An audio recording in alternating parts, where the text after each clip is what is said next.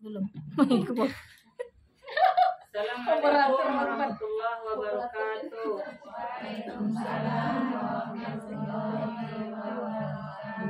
Alhamdulillah, puji syukur kepada Allah Subhanahu wa taala yang mana pada hari ini kita tetap diberi kesehatan, diberi kesempatan sehingga kita dapat hadir di acara kegiatan rutin yaitu kegiatan mingguan kita. Yang kedua kali salat beriring salam, marilah kita curahkan kepada Nabi besar Muhammad sallallahu alaihi wasallam. Allahumma shalli ala sayyidina Muhammad wa ala alihi sayyidina Muhammad. Ibu-ibu majelis taklim yang hadir pada hari ini yang kami hormati, ibu ahli bait yang kami muliakan. Baiklah ibu-ibu, di sini kami akan menyampaikan yaitu tentang 10 niat yang benar dalam membaca Al-Qur'an. Jadi setiap amal tergantung dengan niat. Karena kalau tidak ada niat, tidak salah segala amalan-amalan yang kita buat. Lalu apa yang harus diniatkan saat membaca Al-Quran? Kalau kita membaca Al-Quran mungkin niatnya untuk beribadah, mendapatkan pahala saja. Tetapi tidak begitu. Banyak niat-niat yang harus kita lapaskan di dalam membaca Al-Quran. Kalau ibu-ibu mengamalkan Al-Quran, jangan niatnya satu saja, tapi bisa 10 niat di dalam melaksanakan membaca Al-Quran tersebut. Namun kadang-kadang kita tidak menyadari ternyata masih banyak keutamaan yang bisa kita dapatkan ketika kita membaca Al-Quran. Dan apa yang harus kita dapatkan? Membaca berbanding lurus dengan apa yang kita niatkan. Ada 10 niat yang bisa kita amalkan di dalam membaca Al-Quran. Mungkin ibu-ibu semua sesudah sholat membaca Al-Quran, jangan ibu-ibu berniatnya hanya untuk menambah ibadah, menambah pahala saja. Tetapi marilah kita tambah niat kita itu. Di sini ada 10 niat. Yang pertama yaitu bacalah Al-Quran dengan niat ingin mendapatkan ilmu dan membuahkan amalan. Jadi samping kita membaca saja, kita juga berniat mendapatkan ilmu dari Al-Quran tersebut dan juga menjadi amal bagi kita. Yang kedua, bacalah Al-Quran dengan niat ingin mendapatkan hidayah dari Allah untuk diri, anak-anak kita dan keluarga kita.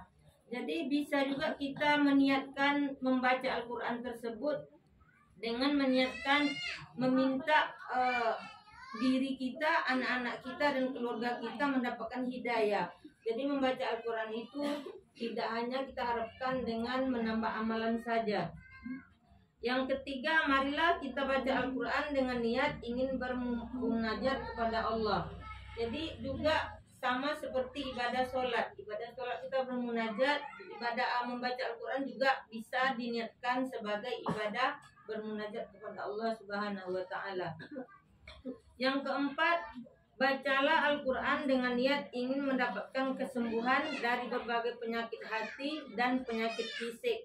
Mungkin kalau kita ada sakit-sakit di dalam hati ataupun selalu merasa tak enak hati, kesal, bisa juga kita meniatkan di dalam membaca Al-Quran itu dengan meniatkan menyembuhkan penyakit hati. Dan juga kalau fisik kita sakit, mungkin zaman sekarang kita masih muda udah pada banyak penyakit, ada sakit kaki, ada sakit perut, ada yang mah. Mungkin bisa juga kita dalam mengamalkan Al-Quran itu, dalam membacanya kita niatkan untuk kesembuhan diri kita sendiri dengan penyakit hati dan penyakit fisik. Yang kelima, marilah kita baca Al-Quran dengan niat ditunjukkan cahaya ketentraman dan diselamatkan diri dari gelapnya kesalahan. Karena kita tidak luput dari kesalahan dalam keseharian kita ini, tidak menyadari bahwa kesalahan itu selalu bersama kita. Jadi seandainya kita mengamalkan Al-Quran setiap harinya, marilah kita niatkan amalan kita itu dengan meminta cahaya dari Allah Subhanahu wa ta'ala, cahaya kebenaran. Jadi kita hendaknya terhindar daripada kesesatan. Yang keenam, bacalah Al-Quran dengan niat mengobati kerasnya hati, meraih ketentraman jiwa, dan mencegah penyakit was-was yang menguasai diri. Kalau kita, apalagi ibu-ibu semua, pastilah dia dikuasai oleh kewaswasan. Kadang-kadang dia was-was sama suaminya, kadang-kadang kita was-was sama anak-anak, dan juga was-was kepada tetangga. Karena pasti ada kewaswasan itu, apalagi kalau kita sudah meningkat ekonominya. Mungkin ada saja kecurigaan kepada sesama, mungkin ada kepada anak, kepada suami, kepada tetangga. Was-was itu banyak halnya.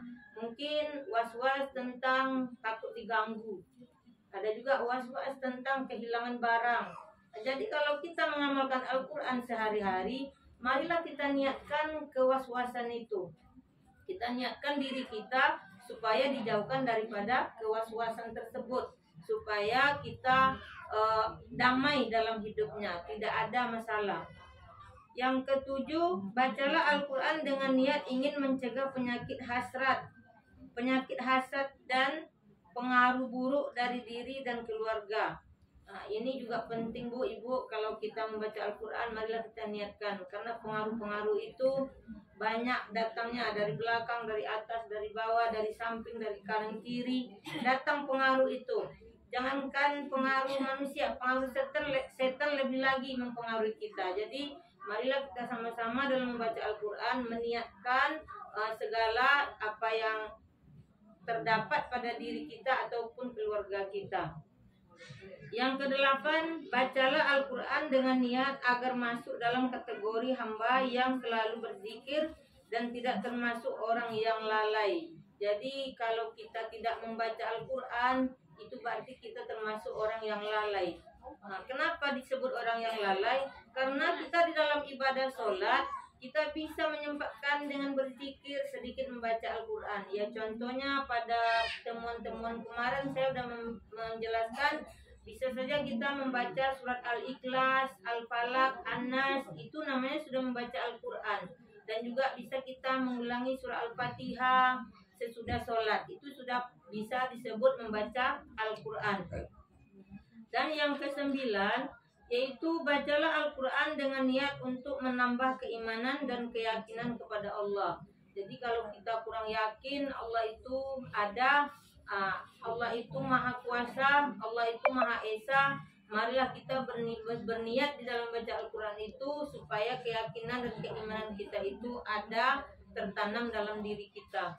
Yang ke-10 ataupun yang terakhir, bacalah Al-Quran dengan niat merealisasikan perintah Allah. Jadi Al-Quran itu kalam Allah, yaitu perintah dari Allah supaya dibaca, dipahami dan diamalkan. Jadi alangkah beruntungnya kalau kita mengamalkan Al-Quran, membaca Al-Quran, memahaminya, dan kita terapkan di dalam kehidupan kita sehari-hari. Jadi itu saja ibu-ibu, mungkin kalau ibu-ibu membaca Al-Quran kesehariannya, marilah kita sama-sama meniatkan yang banyak tadi, yaitu 10. Jadi kalau kita udah berniat, mudah-mudahan Allah Subhanahu wa taala akan memberikan imbalan-imbalan kepada kita semua. Mudah-mudahan dengan sedikit materi ini ibu-ibu dapat memahami dan dapat menerapkan dalam kehidupan sehari-hari. Kami mohon maaf, billahi taufiq wal hidayah. Wassalamualaikum warahmatullahi wabarakatuh. Waalaikumsalam warahmatullahi wabarakatuh.